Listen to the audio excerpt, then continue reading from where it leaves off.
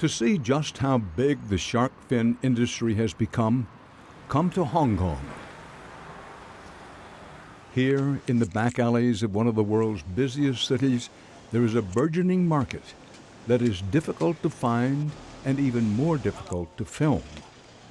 Take a look at this. Every one of these fins was once attached to a living, breathing shark. The bags in this shop were listed as containing anchovies from Mexico.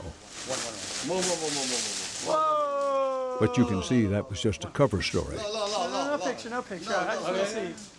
The video was captured by a globe-trotting activist who has set out to document the devastation of these creatures of the deep. And you understand how many baby sharks you're staring at in this room, and you realize you're talking about thousands upon thousands. It's just craziness. Nobody really can appreciate the true scope of this destruction until you see it. Sean Heinrichs is an entrepreneur who left a successful career in the tech world behind to follow a new passion: saving the oceans. A decade ago, he started a business doing underwater photography. The more he looked to capture pretty pictures, the more he realized what wasn't there. Marine life was missing, especially sharks. When we look at the massive loss that we've seen with sharks, greater than 90% of most large shark species, and in some cases 99% of certain large species, have been depleted from oceans. What that means is the functional role that these sharks are playing in the ecosystem has been lost. In the 1990s, the issue of shark finning came to the world's attention with this video. Shot from a helicopter in the western Pacific Ocean, it's one of the few times that shark finning had been captured on video. Here you can see fishermen catching live sharks, bringing them up on their boats, and slicing off their fins. Once all the fins are removed, the animals are then dumped back into the ocean, still alive, where they die a slow, painful death, usually from suffocation.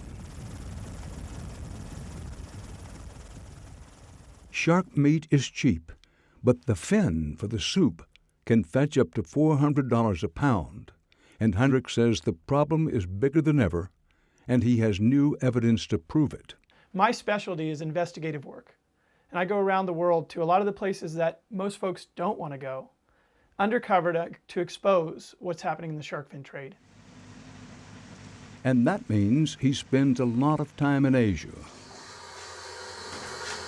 Here he talked his way into a processing facility in Taiwan by asking to use the bathroom, and he was stunned by what he saw. Thousands of fins being sorted, washed, and laid out on drying racks. Rack after rack after rack.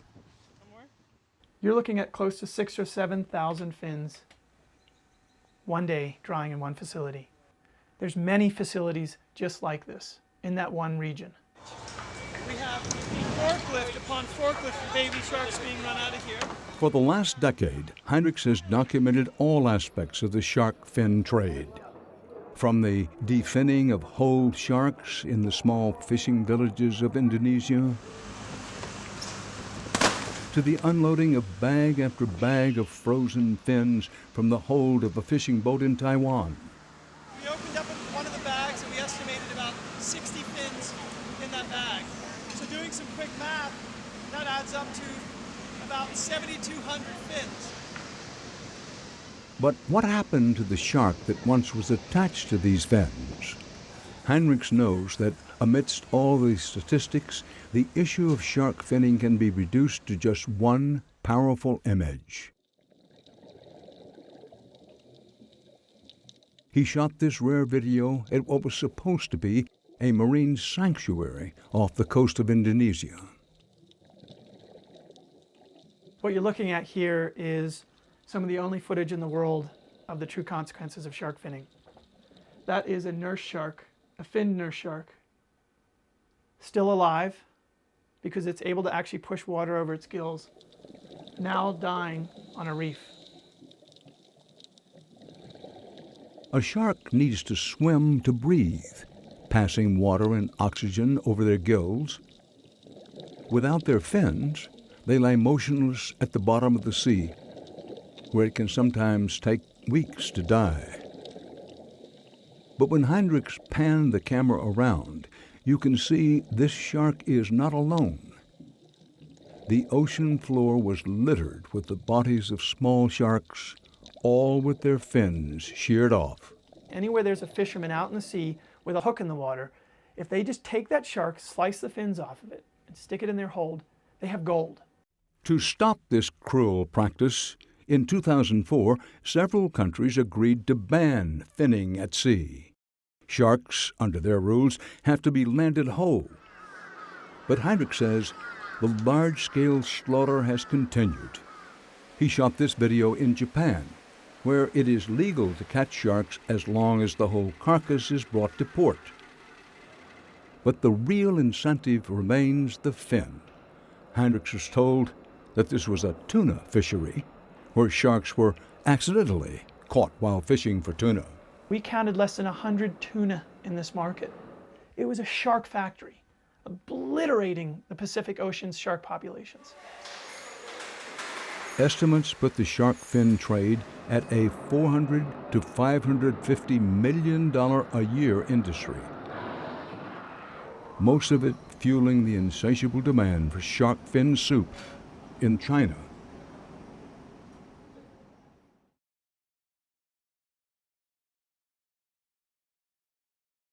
If you've got it, watch it. If you don't, call your TV provider to get HDNet today.